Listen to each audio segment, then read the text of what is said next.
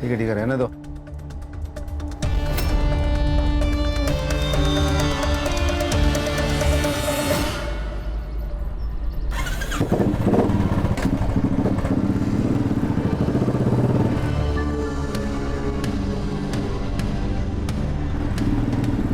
जयंत भाऊ जिंदाबाद, जयंत भाऊ जिंदाबाद, जयंत भाऊ जिंदाबाद, जयंत भाऊ जिंदाबाद। जयंत भाऊ देखो ना, कंपनी वाले बोलते हैं सब इनकी गलती है, इनका एक्सीडेंट हुआ तो मतलब कंपनी की कोई गलती ज नहीं है।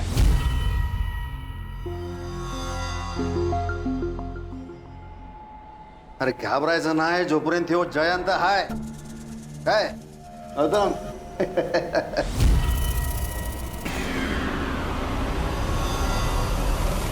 और जब तक गणेश भाऊ को पूरा मुआवजा नहीं मिलता कंपनी का एक मजदूर भी काम पे नहीं जाएगा।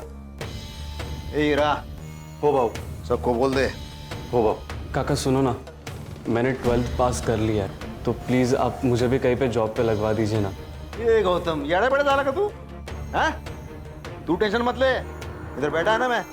तेरे को किसी भी चीज की कोई भी जरूरत हो सीधा मेरे को फोन करने का। जयंत भाऊ जिंदाबाद, जयंत भाऊ जिंदाबाद, जयंत भाऊ जिंदाबाद, जयंत भाऊ जिंदाबाद।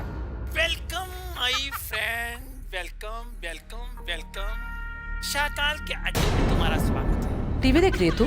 तेरे को अभ्यास करने को बोला था ना? ना कोई लिफ्ट ना कोई घोड़ा। अभ्यास करने को बोला था तेरे को?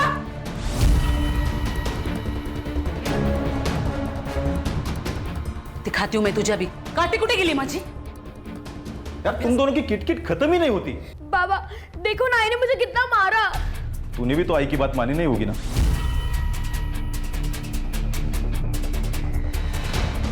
आप दोनों ना एक जैसे हो, दोनों में से मुझसे कोई प्यार करता ही नहीं है।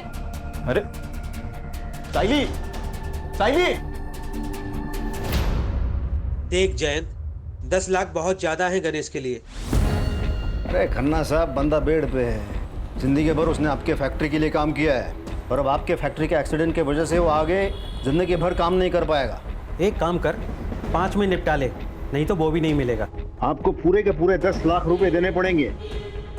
ये तो क्या, फैक्ट्री पर ताला लगाऊंगा, एक वर्कर भी काम पर नहीं आएगा। और आपको तो मालूम है ही, एक दिन भी अगर ये आपकी फैक्ट्री बंद रहेगी तो आपका कितने का नुकसान होएगा? हाँ ना साहब, ये अच्छी डील है, ले लो ये। तो सोचिए आप, लेकिन मेरे पास ज़्यादा टाइम नहीं है। चल रही हीरा। जयंत भाऊ जिंदाबाद, जयंत भाऊ जिंदाबाद, जयंत भाऊ जिंदाबाद, जयंत भाऊ जिंदाबाद, जयंत भाऊ। जिंदाबाद।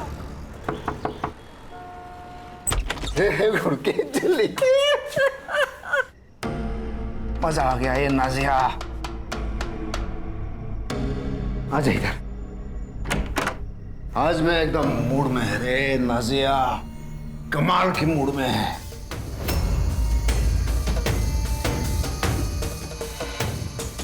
पता है, लोगों ने मेरे नाम के नारे लगाए हैं, जय जयकार जयंत भाऊ जय जयकार। एकदम एकदम ऐसे भगवान वाली फीलिंग आ गई मेरे को। अच्छा है। अगले जुम्मा ना हम लोग दरगाह जाएंगे और सिद्धिविनायक भी जाएंगे। नहीं, वो ऊपर वाले को बाद में याद करना, पहले इस नीचे वाले भगवान की सेवा कर।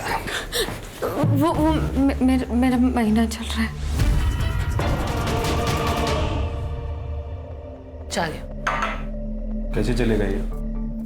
9th में ये हाल है तो 10वीं में तो ये लड़की नाक ही कटाएगी मेरा। कहा था ना मैंने, इस आफत को मत लेकर आओ, लेकिन नहीं। अरे अनाथ आश्रम से किसी बच्चे को गोद लेते ना तो भी चलता, लेकिन नहीं, तुमको चाहिए थी तुम्हारे भाई की लड़की। क्या करें, फंस गया अपन। मैं क्या मानते, इसको वापस गांव भेज दो, गांव ही भेज दो।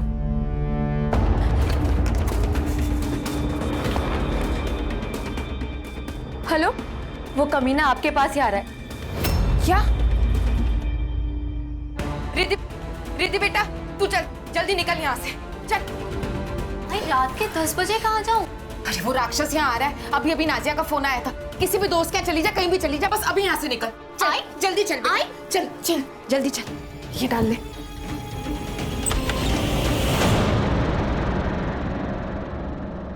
अरे मेरी हीरोइन क्या?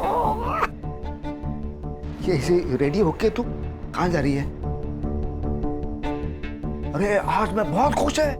अरे क्या मस्त दिन किया मेरा, पता है? ए तू जाना और मेरे लिए थोड़ा सा नमक मिर्च लेके आ, मेरी हीरोइन जा।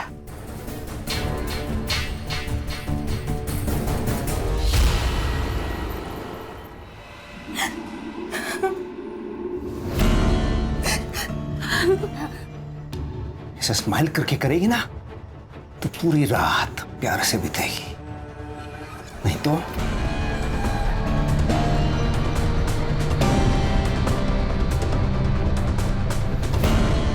मेरे भगवान को किसी की नजर ना लगे।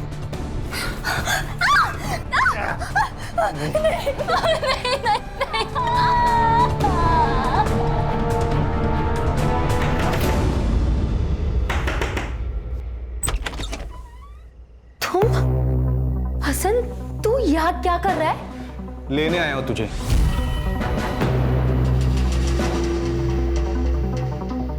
तू मेरी थी नाजिया, मुझे लगा तू मेरा इंतजार करेगी और तूने उस अधेड़ उम्र के बेवड़े से शादी कर ली।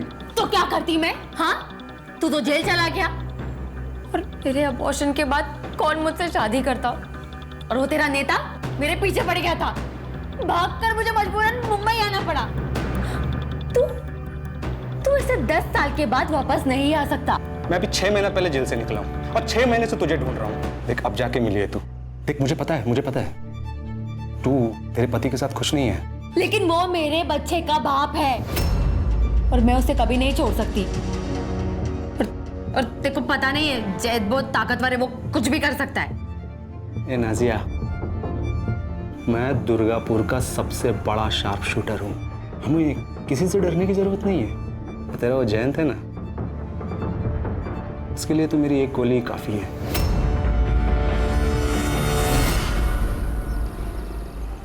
मैंने बोला था ना वही नहीं, कंपनी की पुंगी बजाऊंगा। वो कंपनी के मालिक से लड़के 10 लाख रुपए का चेक लेके आया मैं। भाऊ तुमचे खूप आभारी आहे भाऊ। हीरा, हो भाऊ, ये चेक गणेश भाऊ के अकाउंट में डालने का। हाँ, जब मैं कॉल करूंगा तभी। कॉल करूंगा म्हणजे? कोई नहीं, अपन थोड़ा बात करते हैं ना पहले। हाँ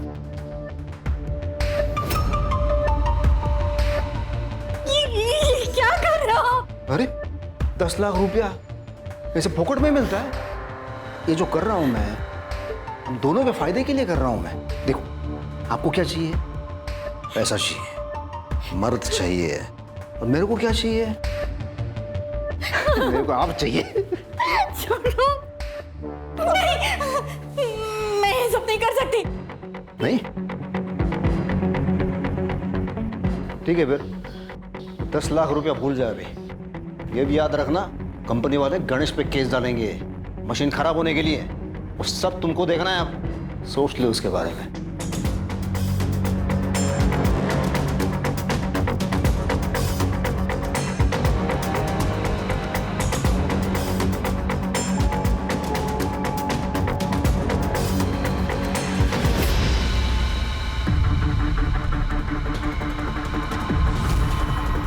साइली, ये क्या कर रही है तू? चोरी कर रही है तू? हाँ, चोरी करेगी? आज मैं तेरे को नहीं छोड़ेगी, आज नहीं छोड़ूंगी, आज नहीं छोड़ना तुला। साइली, साइली, कुछ करो ना। अरे वो सर्विस करने साइली।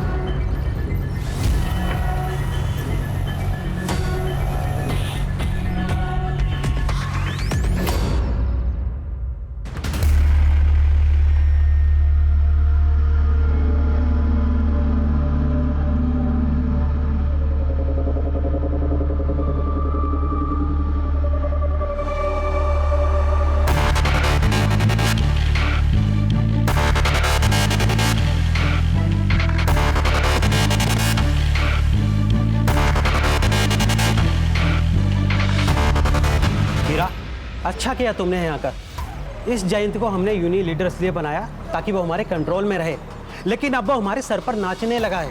इसलिए अभी ऑफर मैं तुम्हें दे रहा हूँ जो 10 साल पहले मैंने जयंत को दिया था। लेकिन हाँ, एक बात याद रखना, इसे यूनियन लीडर से हटाना आसान नहीं है।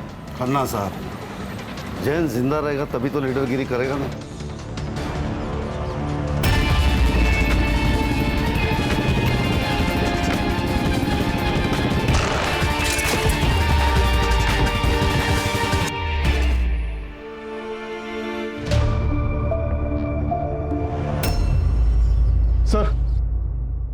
सर थानेवासी एरिया के यूनियन लीडर जयंत पवार को किसी ने गोली मार दी।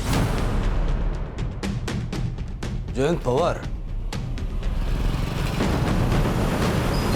सर मैं PSI Sanjay Sawant, MG police station Thane से। मुझे आपको एक ज़रूरी इन्फॉर्मेशन देनी है सर। थोड़ा जल्दी बताइए, मुझे अर्जेंसी में कहीं पहुंचना है। सर ये हमारी बेटी के बारे में। सर मैंने गन चोरी की रिपोर्ट की थी अपने स्टेशन में, साथ ही साथ मैं साइली को भी खोज रहा था। ये लास्ट मैंने उसे वासी में ट्रेस किया।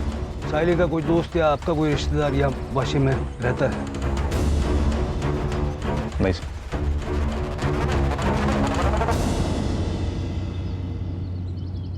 अरे रुकिए रुकिए,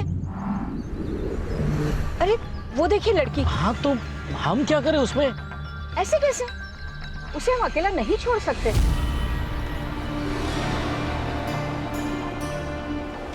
तुम भी ना।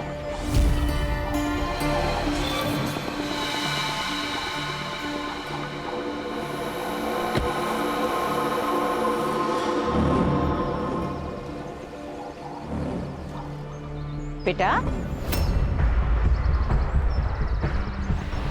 अरे नहीं नहीं बेटा, डरो नहीं, मैं कुछ नहीं करूंगी तुम्हें। तुम ठीक तो हो? खोई हो क्या? चल हम यहीं पे रहते हैं, हमारे साथ घर चलोगी? आओ।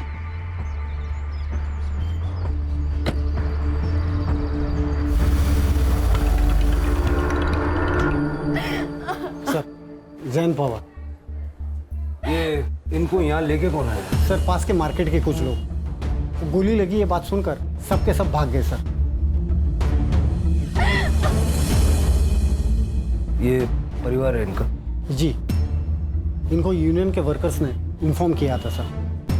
पास की मार्केट के कुछ लोग जयंत पवार को जख्मी हालत में लाए थे, तो वहाँ जाके जरा पूछताछ करो और जिस स्पॉट पे हादसा हुआ है वहाँ से जयंत का फोन रिकवर करवाओ और साइली की फोटो भी सब जगह दिखाओ। ये लो, आज तुझे पीरियड आया है ना, दवाई खा लो, खा लो। अरे ऐसा तो होता ही है, मैं तुम्हें अपने हाथों से नहलाऊंगी, फिर भोग। मेरा मतलब है कि फिर हम खाना खाएंगे। नहीं, मैं खुद नहा लूंगी। ऐसे कैसे? तू हमारे यहाँ पे पहली बार आई है ना, तो अब से तेरे सारे काम हम ही करेंगे। सही कहा ना? हाँ बिल्कुल। चलो उठो, आओ उठो। रुक रुक, छोड़, आंखें कहाँ जा रही है? हाँ, आज के बाद इस घर से तू कहीं नहीं जाएगी, समझी? चलिए इसे लेकर। इस लड़की को आपने देखा है कहीं, या आपके पति की जान पहचान में हो? नहीं सर, मैं नहीं जानती। और ये कहाँ काम करते थे, किससे मिलते थे, मुझे कुछ नहीं पता। आपको किसी पे शक है क्या? मतलब कोई ऐसा होगा ना जो आपके पति पे हमला कर सकता है? सर मुझे कुछ नहीं पता सर, लेकिन पिछले 4-5 दिनों से बहुत परेशान लग रहे थे और मैंने 1-2 बार गुस्से में बात करते हुए भी सुना था। पर क्या? पर सर वो उनकी पहली बीवी और उनकी बेटियां उनका पीछा ही नहीं छोड़ रही थी। कुछ दिन पहले तो वो मेरे घर तक आ गए। मैं जयंत की जायज बीवी हूँ, समझी? उसके घर, उसकी जायदाद पर मेरी बच्चियों का हक है। मैंने नहीं कहा था जयंत से कि शादी जायदाद मेरे बच्चे के नाम कर दे, उसने खुद की है। तो उससे ये बात जरूर कह देना कि अगर उसने अपनी वसीयत नहीं बदली ना, तो मैं उसे छोड़ूंगी नहीं। उसके मरने के बाद उसका सब कुछ मेरा और मेरी बच्चियों का ही होगा। सर वो इनकी पहली पत्नी को बहुत गुस्सा आता है।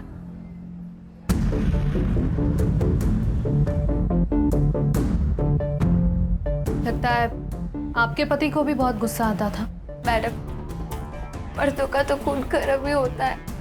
उनकी पहली पत्नी की डिटेल्स हमें चाहिए। आप अपना फोन नंबर इनको दे दीजिए।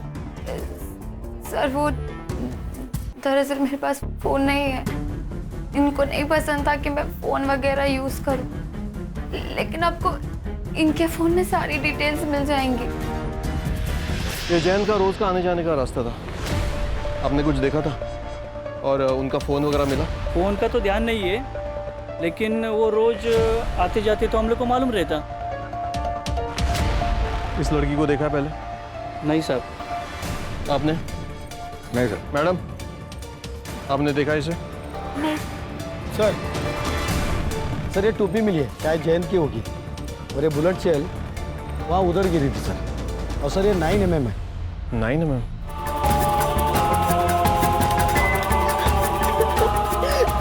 छोड़ो। ये लीजिए, इसे मंगलसूत्र पहना दीजिए। हाँ, ये तो पहनना ही पड़ेगा, क्योंकि अब तू मेरी बीवी बनेगी। छोड़ो, मुझे ये नहीं पहना। अब बन गई तू मेरी बीवी। अब होगी तुम्हारी सुहागरा। 9mm service girl. इतने इरेस्पॉन्सिबल कैसे हो सकते हो संजय? ये देखिए, ये थानेवासी मजदूर यूनियन का लीडर है। साइली जानती थी क्या इसे? नहीं। संजय, पक्का साइली ने कॉल नहीं किया ना? नहीं हो सर, उसने अगर फ़ोन किया रहता तो मैं आपको बताता सर। शायद इस कांड के बाद वो डर गई होगी। सर, मेरी साइली बहुत ही अच्छी लड़की थी, वो किसी को नहीं मार सकती। जब वो आपके पास थी तब इतना प्यार किया होता तो शायद भागती नहीं वो। ठीक है संजय, तुम दोनों जाओ, लेकिन याद रखना साइली कांटेक्ट करेगी। Be vigilant. जी सर। करडे सर, दोनों के फोन सर्वेलेंस पर डालो। सर, मैंने जयंत की पहली बीवी के बारे में पता किया। 10 साल पहले उसने उसे नाजिया के लिए छोड़ दिया था, लेकिन दूसरी शादी के बाद भी वो अक्सर शीला के घर जाता था और उसे और उसकी बेटियों को मारता था। दरअसल वो अपनी बेटियों को पसंद ही नहीं करता था, इसलिए वो चाहता था कि सारी प्रॉपर्टी अपने बेटे के ही नाम कर दो। मतलब पहली बीवी शीला के मन में भी इतना गुस्सा तो भरा हुआ था कि वो जयंत को जान से मार डाले। सर, हो सकता है शीला ने खुद ना मारा हो, किसी को कॉन्ट्रैक्ट दे के मरवाया हो। करडे सर, जरा चेक करो जयंत की किसी ने सुपारी उपारी ली है क्या? सर, सीसीटीवी में क्या मिला पंकज? सर, बहुत ही छोटा मार्केट है। मेन एंट्रेंस पे एक सीसीटीवी कैमरा है, लेकिन जिस गली में शूट आउट हुआ वहाँ पर कोई भी कैमरा नहीं है। फिर भी उस एरिया का अच्छे से फॉरेंसिक करवाओ और नाजिया के घर के बाहर अपना एक कांस्टेबल सिविल ड्रेस में लगवाओ। हो सकता है कि शीला नाजिया पे या उसके बच्चे पे अटैक करने की कोशिश करे। जयंत का फोन सापड़ लगा? नहीं मिला सर, सब जगह पे देखा, कल से नंबर भी बंद आ रहा है सर। सीडीआर मंगवाया है सर। कोई जयंत को गोली मार देता है और उसका फोन लेके भाग जाता है, उस फोन में कुछ ना कुछ तो होगा।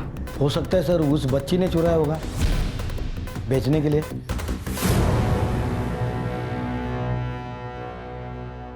दस साल हो गए साहब उसे हमें छोड़े हुए। लेकिन वो अक्सर यहाँ पर आया जाया करते थे ना? टाइल मारने आता था साहब और बच्चियों से मिलने, कभी पैसे देने। वॉशरूम अंदर लेफ्ट में। Okay sir, excuse me.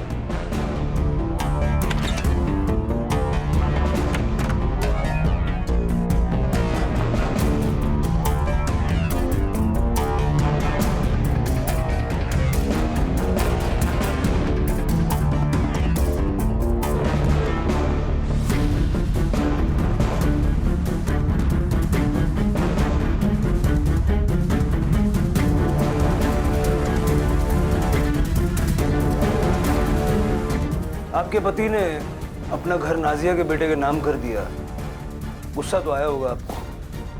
और हमने सुना है कि आपने धमकी भी दी थी। हाँ साहब, लड़ाई की थी मैंने अपनी बच्चियों के हक के लिए। अपनी शादी तो बचा नहीं पाई, उससे क्या मारूंगी।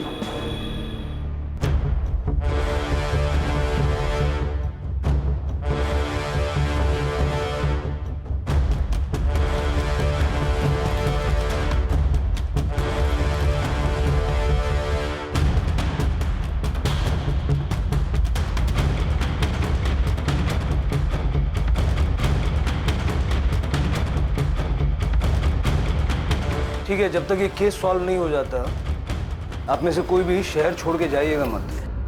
जी सर, मुझे लगता है जयंत अपनी बड़ी बेटी रिद्धि के साथ कुछ गलत कर रहा है सर। मतलब मैंने रिद्धि की बॉडी पर भी सेम मार्क्स देखे जैसे हमने नाजिया की बॉडी पर देखे थे हॉस्पिटल में। ये देखें सर, ये सामान मुझे उनके बाथरूम और बेडरूम से मिला। और सर, ये रिद्धि की अबॉर्शन रिपोर्ट। लेकिन मानसी, हम श्योरली ये नहीं कह सकते ना कि ये जयंत ने किया होगा। हो सकता है रिद्धि का कोई बॉयफ्रेंड हो या शीला ने रिद्धि से पैसों के लिए ये करवाया हो। इस घर पे नजर रखो, शीला और उसकी दोनों बेटियों का CDR निकलवाओ और अबॉर्शन क्लिनिक जाके पता करो कुछ मिलता है क्या। Yes sir. हमने जयंत पवार की इंफॉर्मेशन निकाली है खन्ना जी। उन्होंने अभी अभी आपकी कंपनी से 10 लाख रुपए का मुआवजा लिया था, राइट? हमने पता किया है आपके पुणे के, नागपुर के और गुजरात की फैक्ट्री के वर्कर्स उससे बहुत खुश थे। वो लोग यूनियन फॉर्म करने वाले थे। उन्होंने जयंत को इनवाइट भी किया था हेल्प के लिए। देखिए सर, ये सब प्रॉब्लम्स हर फैक्ट्री में होती रहती है, तो इसका मतलब ये तो नहीं कि हम ऐसे आए दिन किसी का भी मर्डर करवा दें। हाँ सर, मैं जयंत भाव का राइट हैंड था। जयंत भाव के कहने पे ही खन्ना साहब ने 10 लाख रुपए दिए थे गणेश भाव के लिए। जयंत भाव हमारे लिए भगवान थे, हमने से कोई भी उनको मांग नहीं सकता साहब। ठीक है, थैंक यू।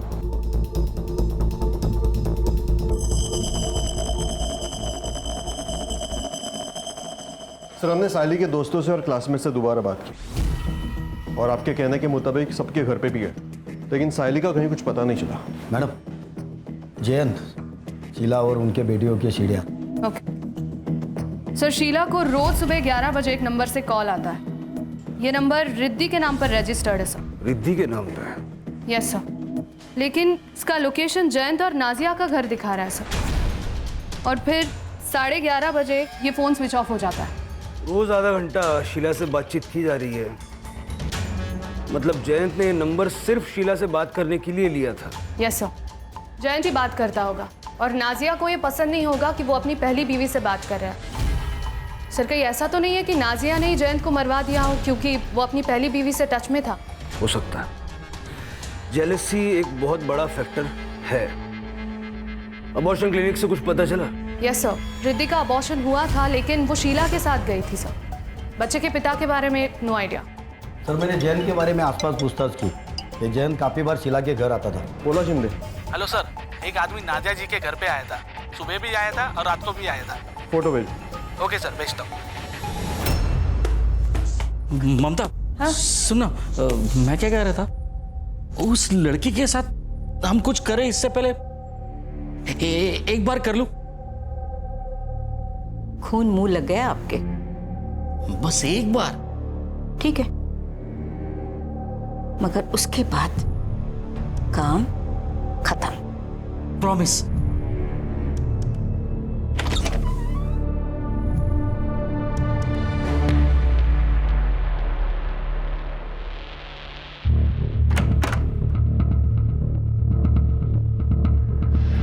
नाजिया जी, ये बंगाल का शार्प शूटर हसन अली आपके घर के चक्कर क्यों काट रहा? सर, एक मिनट। बंटी, इधर आओ, आप अंदर जाके खेलो। ओके, मम्मा आती है।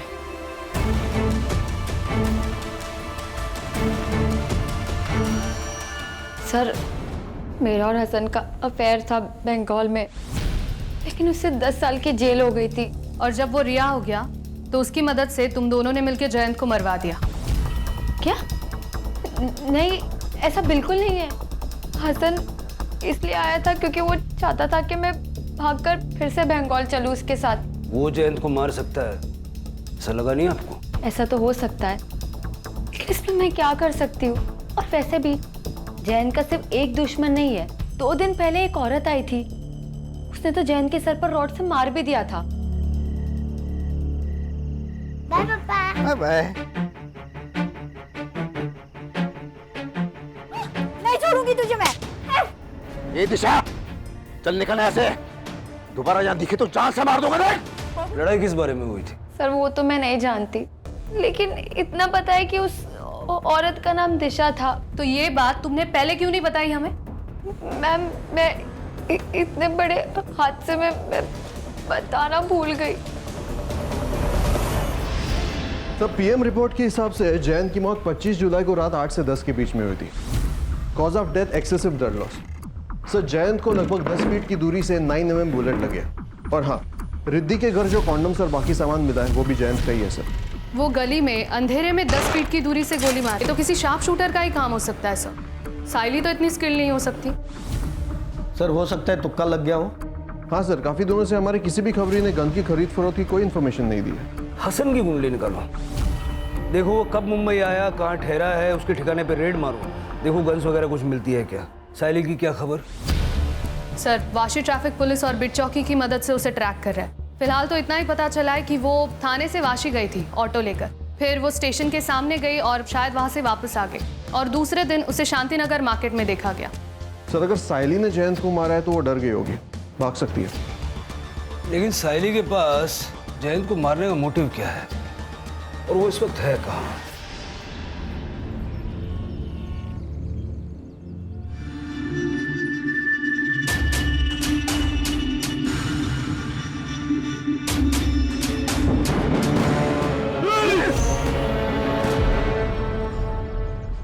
साहब, जयंत मुझे ब्लैकमेल कर रहा था। 2 दिन तक उसने मेरे साथ जबरदस्ती की। अगर मैं उसकी बात नहीं मानती तो मुझे पैसे नहीं देता। आपने जयंत पे अटैक क्यों किया? उसने मेरी और उसकी फोटो 1-2 मजदूरों को दिखा दी थी। साहब, मेरा बेटा जवान है, पुणे में पढ़ता है। अगर उसको ये बात पता चल गई तो वो अपनी माँ के बारे में क्या सोचेगा साहब? कहीं आपने अपने बेटे के साथ मिलकर? नहीं साहब, जयंत ने तो उसी दिन अपनी गलती सुधार ली थी। वही नहीं, ये बगा कान पकड़ तुम ही। अल्लाह माफ करो, क्या थोड़ा सा दारू पिया मैंने, आपकी बेइज्जती हो गई, स्टाइल मारने गया मैं। लेकिन आप टेंशन क्यों लगा? वही नहीं, बिल्कुल टेंशन नहीं लेने का। उन दोनों को समझा दिया है मैंने, अगर मुंह खोलेंगे तो दोनों जान से जाएंगे। हाँ ये तो भाई, वो बात वही खत्म हो गई थी। हम तो गरीब लोग हैं साहब, सुपारी कहाँ से देंगे? ठीक है, जाइए।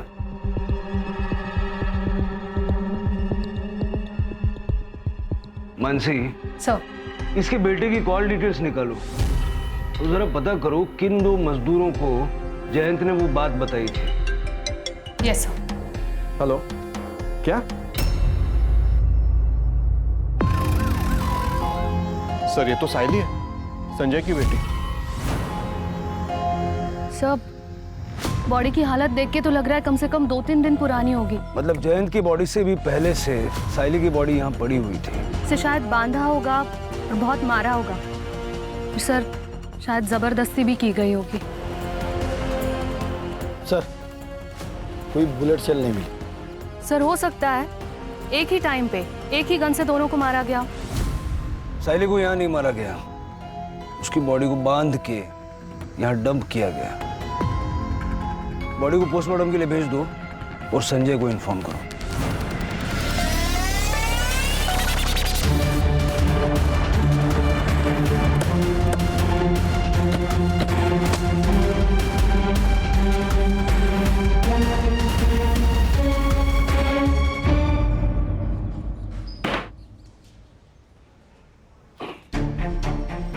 6 महीने पहले तू रिहा हुआ और 6 महीने में दर्जन से ज्यादा शूट आउट में तेरा नाम आ रहा है। फेमस है तू।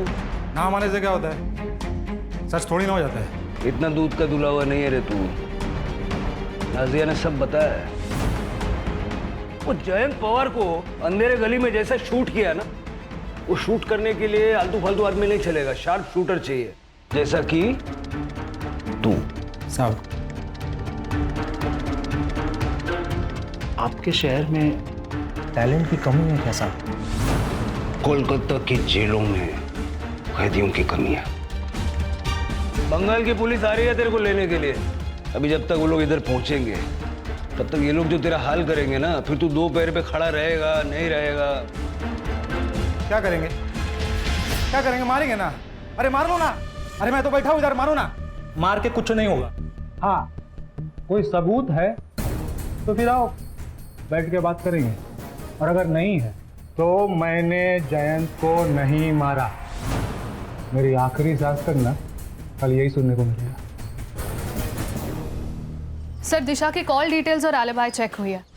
जिस दिन जयंत का मर्डर हुआ था उस दिन वो अपने घर पे ही थी सर। और सर उसका बेटा गौतम 25 तारीख को वो अपने पीजी में ही था, पुणे में। किसी ने कंफर्म किया कि वो पीजी में था? यस सर, उसके रूममेट ने बताया, क्योंकि उस दिन गौतम की तबीयत ठीक नहीं थी तो उसके रूममेट ने ही उसे मेडिसिन दी थी। सर जिस नंबर से शीला को कॉल आता था वो 11 बजे वाला वो ऑन हुआ है नाजिया के घर के एरिया में। करने से बोलो कि जाके चेक करे नाजिया के घर पे बैठ के कौन वो फोन यूज कर रहा है। यस सर, आइए।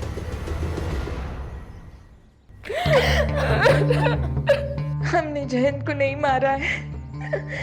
आप लोग ये आंसू थोड़े से बचा के रखिए। कहानी में ऐसा ट्विस्ट होगा हमने तो नहीं सोचा था। आप दोनों ने मिलके अपने पति जयंत की सुपारी दी। मानसी वो साइली की फोटो दिखाओ जरा। जयंत के बारे में तो मेरी समझ में आता है, बच्ची को क्यों मारा? सर हमने इसे नहीं मारा, हम तो इस लड़की को जानते तक नहीं है। एक बात जयंत की, जब हमको भी हमारी तरह रोज मार खाना पड़े तब पता चलेगा कि कैसा लगता है। जब जयंत ने नाजिया से शादी की तो मुझे बहुत गुस्सा आया साहब, लेकिन जब मैंने इसकी हालत देखी तो मुझे समझ आया कि जयंत को बीवी नहीं बस अपनी अय्याशी करने के लिए औरत चाहिए। और सर जब मुझसे उसका मन भर जाता तो वो रिद्धि के साथ, अपनी बेटी के साथ? रिद्धि जयंत की बेटी नहीं है साहब। जब हमारी शादी हुई तब मैं पेट से थी। मेरे पिता ने ढेर सारा दहेज दिया था, इसलिए जयंत ने कुछ नहीं कहा। जिस किसी ने भी उस जानवर को मारा है ना, सही किया। फिर आपने एक दूसरे के खिलाफ क्यों बोला? अगर हम आपको ये बताते कि हम दोनों के बीच में कोई प्रॉब्लम नहीं है तो आप लोग हम पर शक करते। पंकज,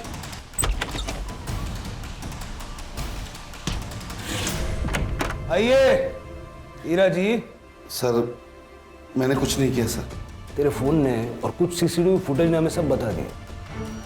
जिस रात जयंत का मर्डर हुआ उस दिन तुम नाजिया से मिले थे और शाम को शीला जी, नाजिया जी और हीरा यादव जी तीनों ने मिलकर मीटिंग की।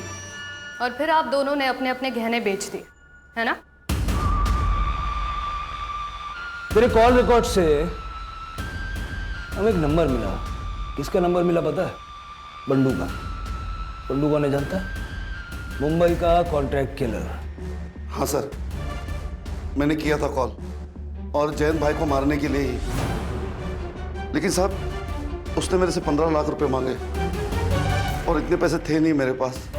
हाँ साहब, हमने अपने गहने बेचे थे लेकिन 15 लाख नहीं जमा हो पाए। वो लालची बंडू कम में मान गया? नहीं साहब, उसने कहा इतने कम पैसे में वो यूनियन लीडर को मारने का रिस्क नहीं लेगा। अगर हमने सुपारी दी होती तो हमारे पास पैसे नहीं होते। मेरे और शीला दीदी दोनों के पैसे घर पर ही है, अब चाहो तो चेक कर सकते हो।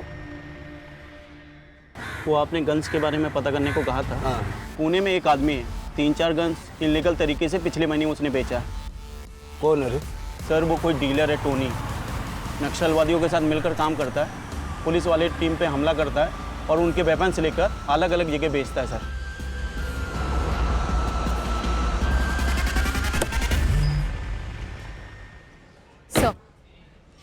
साइली की पोस्टमार्टम रिपोर्ट से raped multiple times, cause of death excessive blood loss due to 9 mm bullet.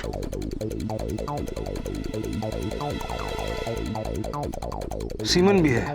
Time of death 25 जुलाई रात 10:30 से 12:30 के बीच।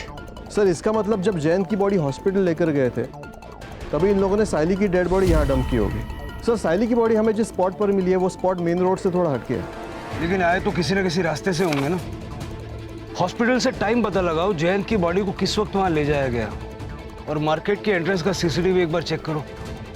आसपास के लोगों से पूछताछ करो किसी ने कोई मूवमेंट नोटिस की है क्या, और क्राइम सीन दोबारा से चेक करो क्योंकि दोनों मौतें 25 तारीख को हुई हैं।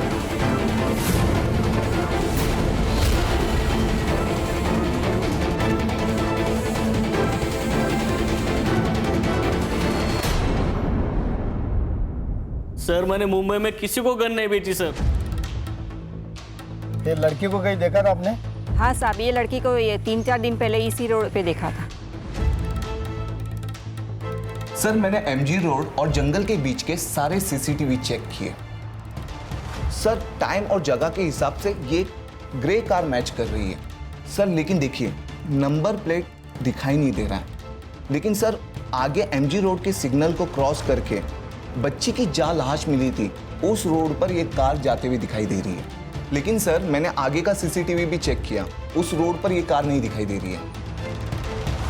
इसका मतलब ये गाड़ी जहाँ बॉडी को डंप किया गया उस स्पॉट के आसपास ही कहीं रुकी हुई थी। लेकिन सर एग्जैक्टली 20 मिनट बाद वापस ये कार जाते हुए दिखाई दे रही है। इस गाड़ी को जहां तक पॉसिबल है बैक ट्रेस करो और उसके 2 किलोमीटर के एरिया में अगर हर घर चेक करना पड़े करो। मुझे ये ग्रे गाड़ी किसी भी हाल में चाहिए। यस।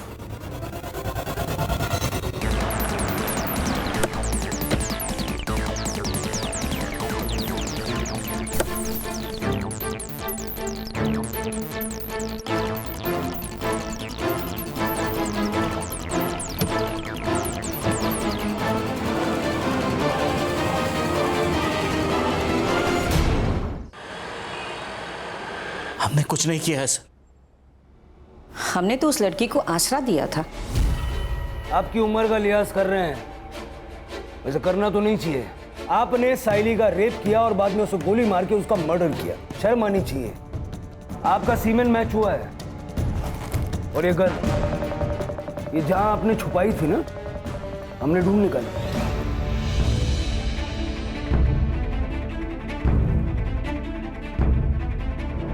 इसी गन से साइली पे गोली चलाई गई थी। ये मेरे पति हैं, इन्हें कैंसर है।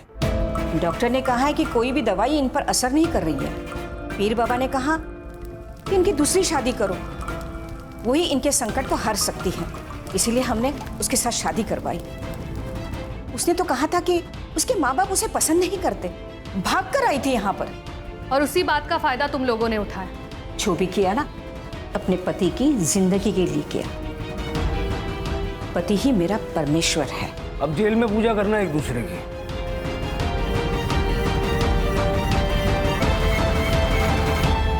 सर फिर ये जयंत पवार को किसने मारा होगा?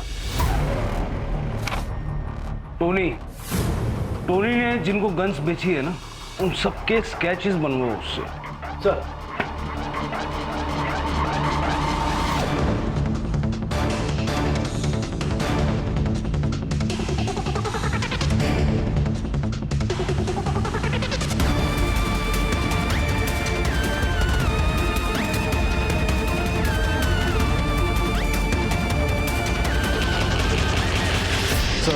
मैंने इसे 2 बार सीसीटीवी फुटेज में देखा था।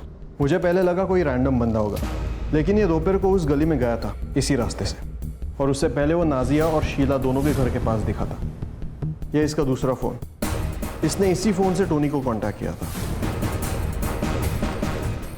मानसी तुमने रूममेट से बात की थी ना?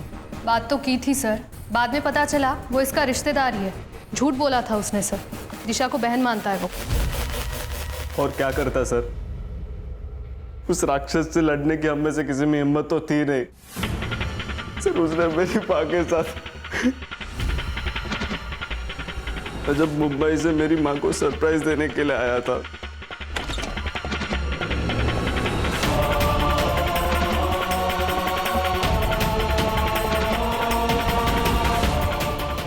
उसी दिन मैंने सोच लिया था कि उस कमीने को छोड़ूंगा नहीं। मैं ढाबे पे रुका हुआ था। मैंने टोनी को कांटेक्ट करके उससे गन खरीदा था। मैंने जयंत का पीछा किया। मुझे पता था कि मेरे घर से उसके घर तक जाने के लिए वो वही रास्ता चुनेगा। किस्मत अच्छी थी कि पहली बुलेट उसके पीठ पर लगी और